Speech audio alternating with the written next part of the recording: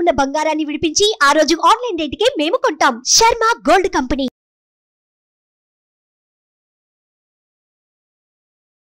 నమస్తే, welcome to Suman TV. నేను మీ యామ్ని.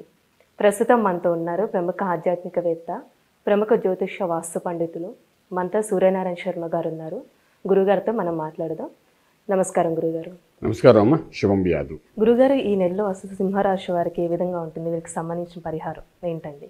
అమ్మ, సింహరాశి వారికి మార్చి 1వ తారీఖు నుండి 15వ తారీఖు వరకు ఎలా ఉంటుంది విషయానికి వచ్చినప్పుడు అంటే ఆర్థిక విషయానికి వచ్చినప్పుడు మన సింహరాశికి తృతీయ స్థానంలో మనకి ఏం కనబడుతుంది? తృతీయంలో కేతు కనిపిస్తున్నాడు. అంటే మనకు నెక్స్ట్ కేతు యొక్క ప్రభావం కనిపిస్తుంది. అలాగే మనం చూసుకుంటే సింహరాశి వారికి షష్ఠ స్థానంలో కుజుడు ప్లస్ శుక్రుడు యొక్క ప్రభావం కనిపిస్తుంది. సప్తమంలో రవి శని బుధులు ఉన్నారు. అష్టంలో చూసుకుంటే రాహు యొక్క ప్రభావం కనిపిస్తుంది. అలాగే భాగ్యస్థానంలో గురువు యొక్క అనుగ్రహం కనిపిస్తుంది అన్నమాట. ఈ గురువు అనుగ్రహం ఉంది కాబట్టి ఏదెలాగున్నా సక్సెస్ అనేది అల్టిమేట్లీ చూపిస్తాడు. కానీ సెకండ్ హౌస్లో ఉన్న కేతు, కుటుంబ స్థానంలో ఉన్న కేతు కొంచెం యాక్టివేట్ అవుతాడు ఇప్పుడు. దాని మూలంటే కుటుంబ పరంగా, ధనపరంగా, వాక్ పరంగా, విద్యాపరంగా కొంచెం కన్ఫ్యూజన్ అవుతాయి అన్నమాట. వాళ్ళు చేసే పనుల్లోనే వాళ్ళే ఇబ్బంది పడిపోతుంటారు. సో ఆర్థిక విషయానికి వచ్చినప్పుడు ఉద్యోగరీత్యా కొత్త ప్రయత్నాలు ఏవైతే చేస్తున్నారో దాన్ని కొంచెం ఆచితూచి వ్యవహరించాలి. వెళ్ళాలా వద్దా మన విషయానికి కొంత వీలైనంత వరకు ఒక నిర్ణయం కరెక్ట్గా తీసుకోవడానికి గణపతి ఆరాధన చేస్తే మాత్రం సక్సెస్ఫుల్గా ముందుకెళ్ళడానికి అవకాశం ఉంటుంది. అలాగే వ్యాపారస్తులు కొత్త వ్యాపారం అనేది ఆరంభించకూడదు. ఈ యొక్క గురుబలం ఉంది అని చెప్పాం కదా అని వ్యాపారం కాదు, శుభమైన కార్యాలు చేయడానికి, శుభ ఫలితాలు పొందడానికి, మ్యారేజెస్ చేయడానికి, తర్వాత ఓపెనింగ్ సంస్కారాలు చేయడానికి, అలాగే మ్యారేజ్ ఎస్టాబ్లిష్మెంట్ చేయడానికి, వీటన్నిటికీ సక్సెస్ఫుల్గా కనబడుతుంది తప్ప కొత్త వ్యాపారం మాత్రం ఆరంభించకూడదు ఈ 15 రోజులు అన్నమాట.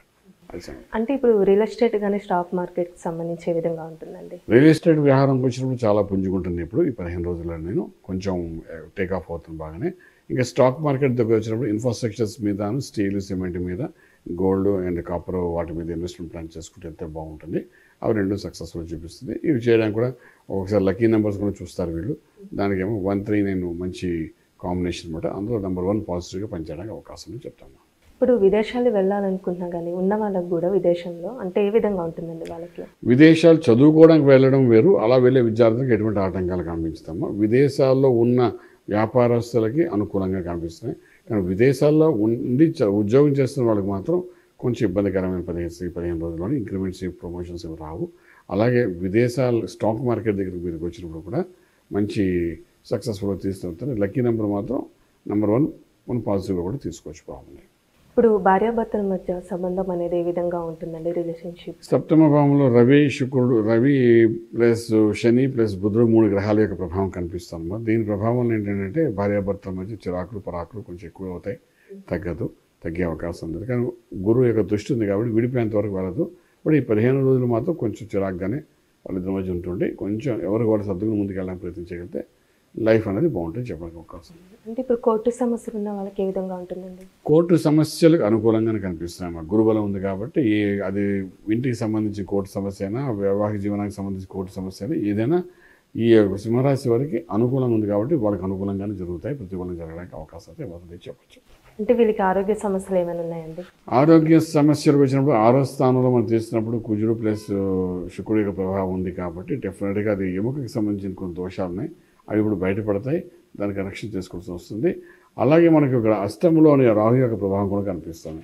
అష్టంలో రాహు అంటే అష్టకష్టాలు పెడతాడు వాడు. అంటే ఇక్కడ దుర్గా సప్తశతి పారాయణం చేసుకోవడం చాలా అవసరం పడుతుంది. దుర్గా అమ్మవారిని ఎక్కువగా పూజ చేయాల్సి వస్తుంది. అలా చేసుకుంటే కొంచెం ఆరోగ్య విషయంలో ఎటువంటి ఇబ్బంది లేకుండా నార్మల్గా వెళ్ళిపోవచ్చు. ఇప్పుడు సినిమా పరిశ్రమ రాజకీయానికి సంబంధించి ఎలా ఉంటుందండి? రాజకీయం వరకు వస్తే మాత్రం డెఫినెట్గా వాళ్ళకి ఒక హైప్స్ బాగానే ఉంటాయి. సినిమా పరిశ్రమ వాళ్ళకి మాత్రం డబ్బు ఇన్వెస్ట్మెంట్ చేసిన వాళ్ళు మాత్రం దాన్ని మర్చిపోవాలి కొంతకాలం. అలాగే ఇండస్ట్రీలో కూడాను హీరోయిన్స్ కంటే హీరో డామినేటెడ్ క్యారెక్టర్స్ సినిమాలు వస్తాయి. దాని లాభదాయకంగా ఉండే అవకాశం ఉంది. అటువంటి వాటి మీద ప్రొడ్యూసర్ కానీ ఇన్వెస్ట్మెంట్ కానీ చేయగలిగితే మాత్రం మోస్ట్ సక్సెస్ఫుల్గా ముందుకెళ్ళడానికి అవకాశం ఉంది చెప్తాను. అంటే ఇప్పుడు ఒక ఇల్లు కొనుక్కోవాలనుకున్న ల్యాండ్కి సంబంధించి రిజిస్ట్రేషన్ అంటే ఏ విధంగా ఉంటుందండి వీళ్ళకి?